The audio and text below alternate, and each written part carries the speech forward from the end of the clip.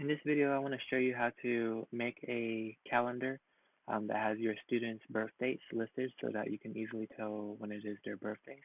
So if we click on the monthly view and cycle from month to month, you can see that it's really easy to tell when your students' birth dates land on.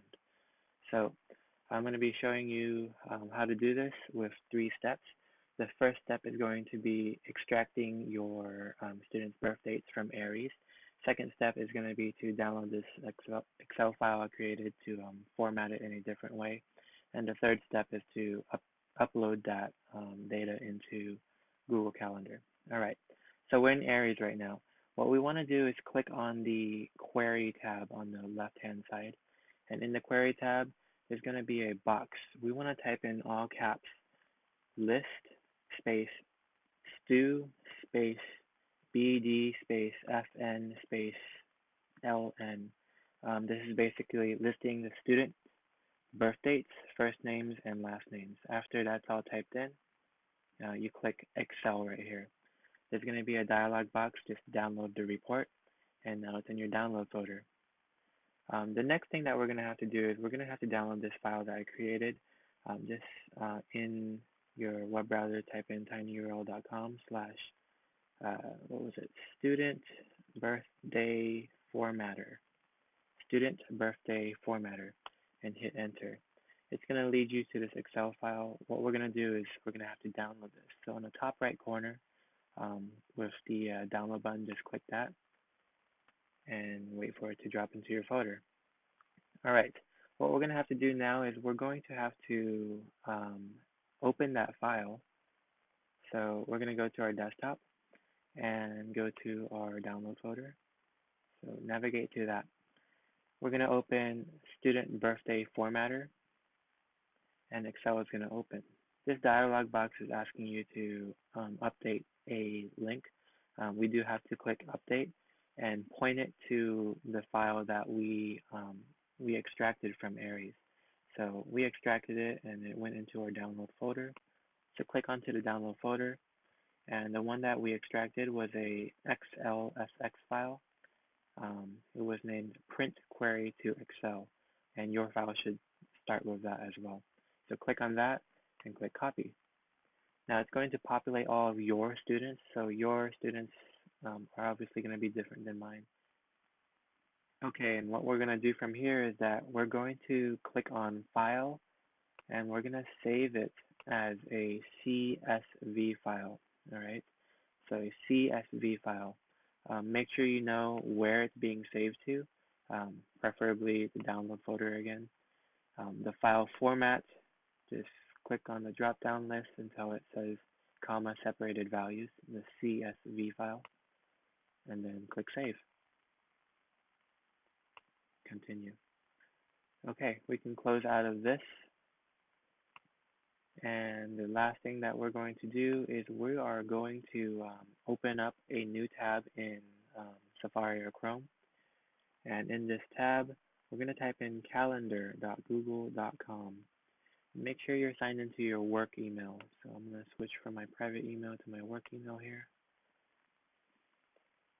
In your work email, you're going to want to create a new calendar because we don't want this birthday list of your students in your private calendar. So on the bottom left corner, there's going to be an Other Calendar tab. Click on the plus button and then click on Create New Calendar. You can name it something fancy like Student Birthdays. I'm going to put 2019 to 2020. And I'm going to create calendar. It'll take a moment to actually create this, so I'm going to speed this up.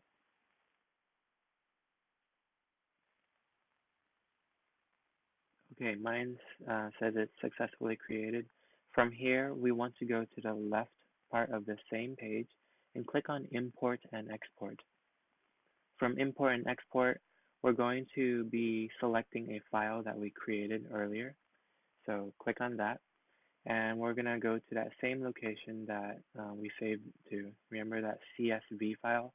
We're going to look for it. So I saved mine to my download folder, and it does say .csv, so that's the file that I want to upload because it only accepts that file type. So we're going to choose that one. And then right below, where it says add to calendar, we're going to click on the name that we created. So my calendar I created, I named it Student Birthdays 2019 to 2020. I'm going to go ahead and click on that. After I'm done, I'll click import. Now it shouldn't take too long to do this. And when it's done importing, it's going to say a number out of 1,000. This number, just know that it's actually double however many students was in your actual roster, all right? I had no way to fix that, but that's going to be double the number of the students in your roster. Go ahead and click OK. And from here, we're going to look at our calendar. So just go to the top left. There's an arrow that goes back. Click on back. And then I'm just going to make sure that only the birthday calendar that I just created and imported that CSV file is showing. Yeah, now it is it's done. So again, if you cycle through the months, you should see all of your students' birthdays, so you can wish them a happy birthday when that day is landed on. This should work until the next year, 2020, and yeah, it's working. There's no way to actually get it to recur every year.